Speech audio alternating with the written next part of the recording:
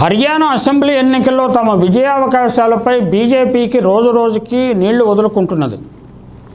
అందువల్లనే సిట్టింగ్ ఎమ్మెల్యేలు అత్యధికులకు మళ్లీ సీట్లు ఇవ్వలేదు. తన విజయావకాశాలపై ధీమా ఉన్న కాంగ్రెస్ పార్టీ మొత్తం 28 మంది సిట్టింగ్ ఎమ్మెల్యేలకు సీట్లు కేటాయించి చరిత్ర సృష్టించింది. జననాయక్ జనతా పార్టీ నుంచి కాంగ్రెస్లో చేరిన ఒక ఎమ్మెల్యేకు, తమ పార్టీలో చేరిన మరో ఇండిపెండెంట్ ఎమ్మెల్యేకు కూడా కాంగ్రెస్ పార్టీ సీటు ఇచ్చింది. అక్టోబర్ 5న జరిగే హర్యానా అసెంబ్లీ ఎన్నికల్లో మల్లయోధురాలు వినేష్ ఫోగట్ కూడా కాంగ్రెస్ అభ్యర్థిగా తన అదృష్టాన్ని పరీక్షించుకుంటున్నారు. రానున్న ఎన్నికల్లో కాంగ్రెస్ పార్టీకి చాలా నియోజకవర్గాల్లో బీజేపీకి కాకుండా ప్రాంతీయ పార్టీలు గట్టి పోటీ ఇచ్చే సూచనలు కనిపిస్తున్నాయి. బీజేపీ తన అభ్యర్థులను ప్రకటించిన తర్వాత చాలామంది బీజేపీ ఎమ్మెల్యేలు ఇతర పార్టీలకు వలసపోతున్నారు.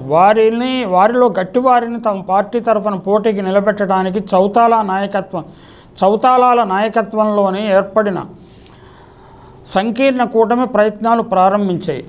2 చౌతాలాలు ఉన్నారు. ఒకటి దుష్యంత్ చౌతాలా ఒకరు, అభయ్ చౌతాలా ఒకరు.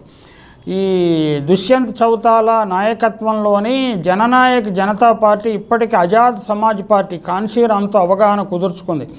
అభయ్ చౌతాలా నేతృత్వంలోని ఇండియన్ నేషనల్ లోక్దళ్ మాయావతికి చెందిన బహుజన సమాజ్ పార్టీతో అవగాహన కుదుర్చుకుంది.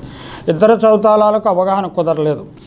కాంగ్రెస్ నుంచి బీజేపీ నుంచి తిరుగుబాటు చేసే అభ్యర్థుల కొరకు ఈ 2 కూటములు గాలం వేస్తున్నాయి. హర్యానాలో కొత్తగా రాజకీయాలు నిర్వహిస్తున్న జేజేపీకి రాష్ట్రమంతటా అభ్యర్థులు నిలబెట్టే సత్తా యంత్రాంగం లేవు. అయితే బీజేపీ నుంచి దాదాపు 20 మంది తిరుగుబాటు అభ్యర్థులు జేజేపీ నాయకత్వంతో మంతనాలు జరుపుతున్నట్లు వినికిడి.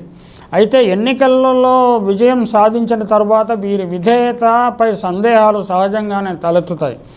90 స్థానాలున్న హర్యానా అసెంబ్లీలో 70 స్థానాల్లో జేజేపీ పోటీ చేయాలని, 20 సీట్లలో ఏఎస్పీ ఆజాద్ సమాజ్ పార్టీ చంద్రశేఖర్ ఆజాద్కి చెందిన ఆజాద్ సమాజ్ పార్టీ పోటీ చేయాలని అవగాహన ఇప్పటికే కుదిరింది. 2019లో జేజేపీ తరపున నెగ్గిన 10 మంది ఎమ్మెల్యేల్లో చాలామంది ఎన్నికల తేదీ ప్రకటించగానే బీజేపీలో కానీ కాంగ్రెస్లో కానీ చేరారు.